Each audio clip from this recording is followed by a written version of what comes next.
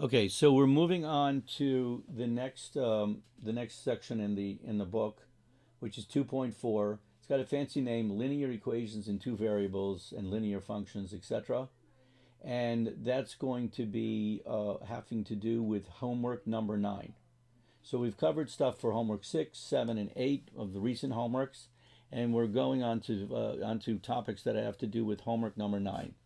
So we start with the slope, the slope of a line. That's where we need to go first. So let me get started. That was just the introductory note there. Let me get us started. With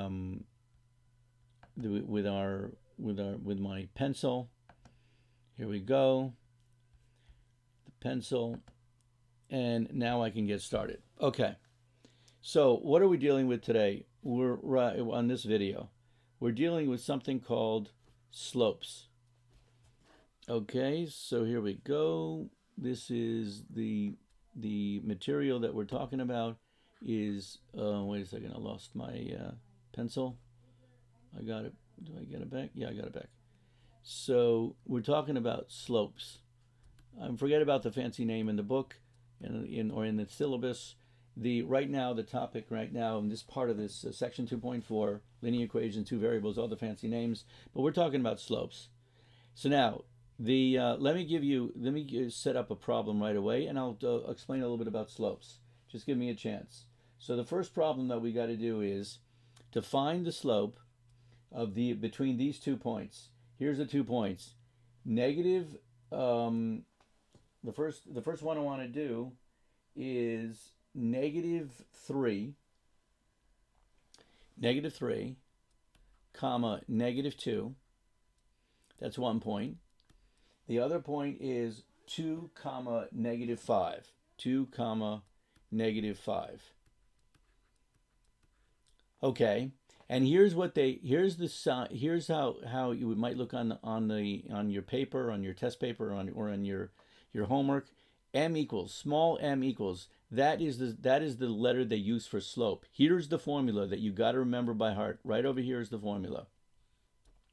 M is equal to y2 minus y1. So bear with me on this.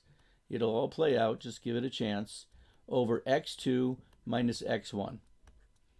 Okay, that's the formula. Now, what's on your paper, on your test paper? What's on your homework assignment, Alex? They give you 2 points. They ask you for slope. Here's what you got to start doing immediately. You go right away and call this x1, y1. And you call this x2, y2. And then let's follow exactly what the formula says. Just follow, as soon as we set that up, our own x1, y1, make sure to call it x1, y1, not x1, y2, x1, y1, x2, y2. Then we're ready to figure out what the slope is. Here's what the slope is. We're going to fill in the blanks into the formula. You got to remember this formula by heart. y2 is equal to -5. Okay, no problem. Minus is part of the formula.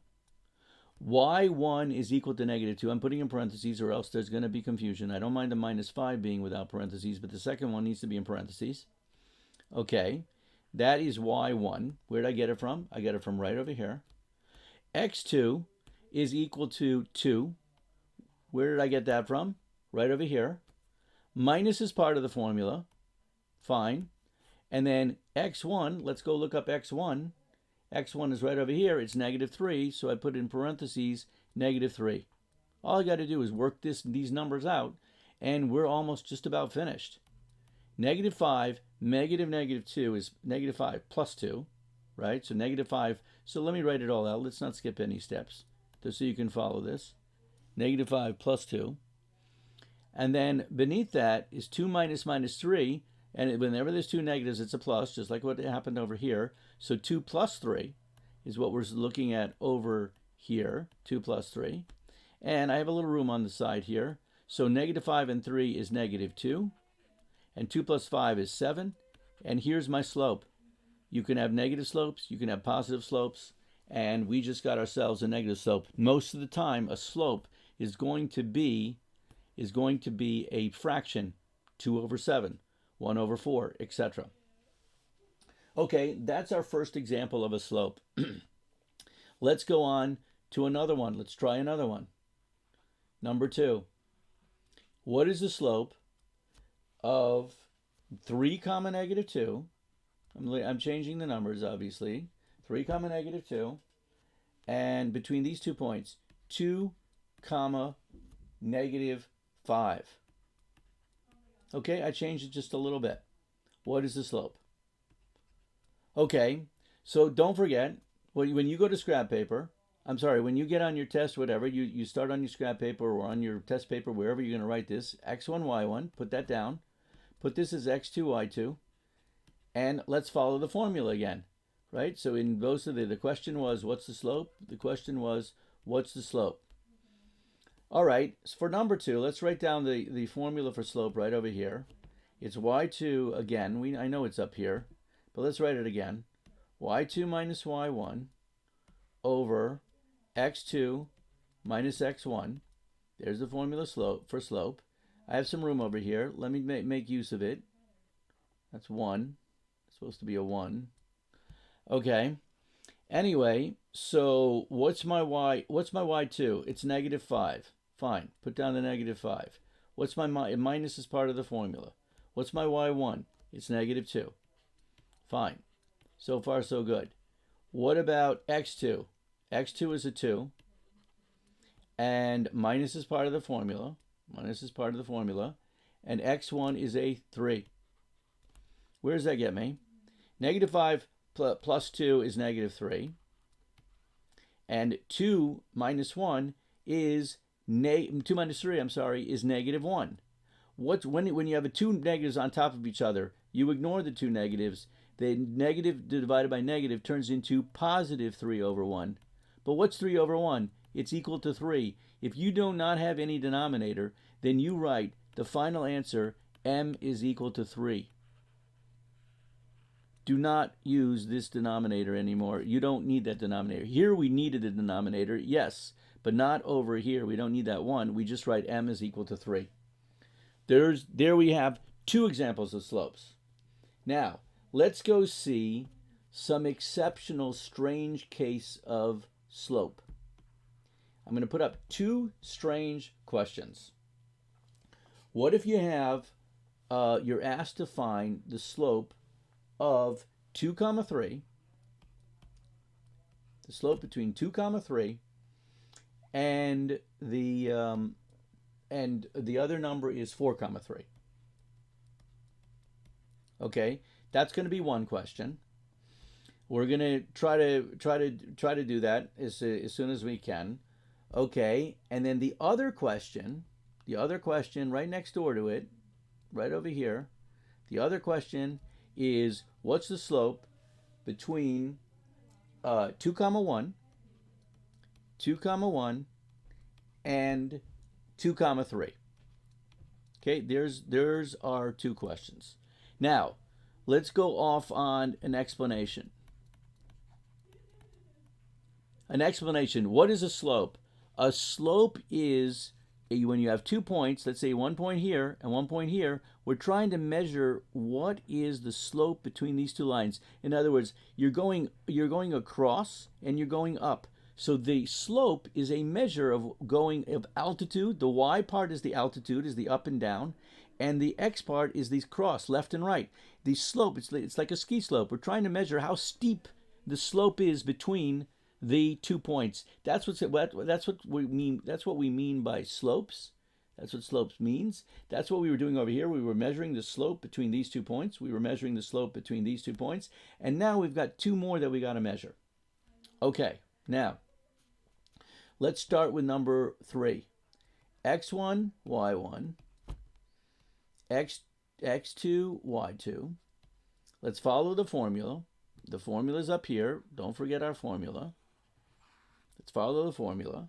So it's going to be 3 minus 3 over x2 is going to be 4 minus 2. x1 is 2, so it's 4 minus 2. What do we get? 0 over 2 equals. Now hold on. I'm pausing for a second. I'm pausing.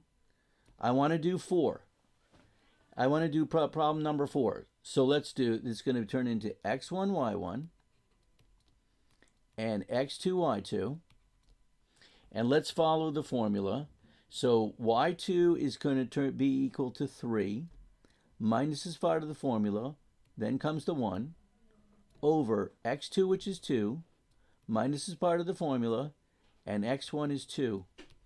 That becomes 2 divided by 0 equals. Okay, this is pretty strange. We've got a strange result over here. Let me move my paper upwards. I want whatever paper I can get. Okay. So, what's the answer? What's the final answer for this? The final answer is 0. The slope is equal to 0.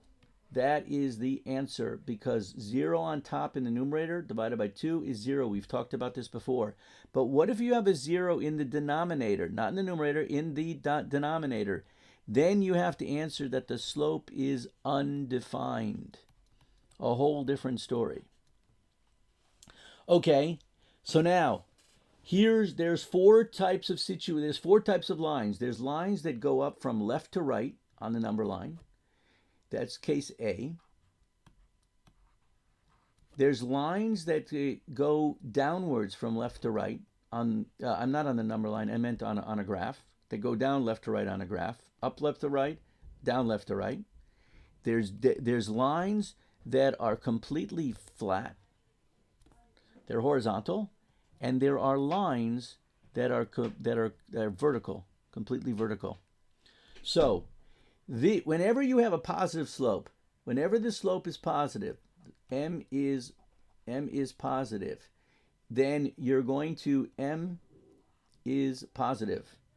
Then it means that you have a line that's going upwards left to right. If m is negative, that will be a line that's going downward left to right. If you have a flat horizontal line, horizontal line, that's when the slope is equal to 0. There's no slope. It's not going up or it's just going across. And in this case, when m is undefined, that's when you have a vertical line. A vertical line is when m is undefined. Those are the four types of lines, and that's how you deal with slopes. And extremely important to remember this formula. This is the formula for slopes. Okay, we end this video at this point.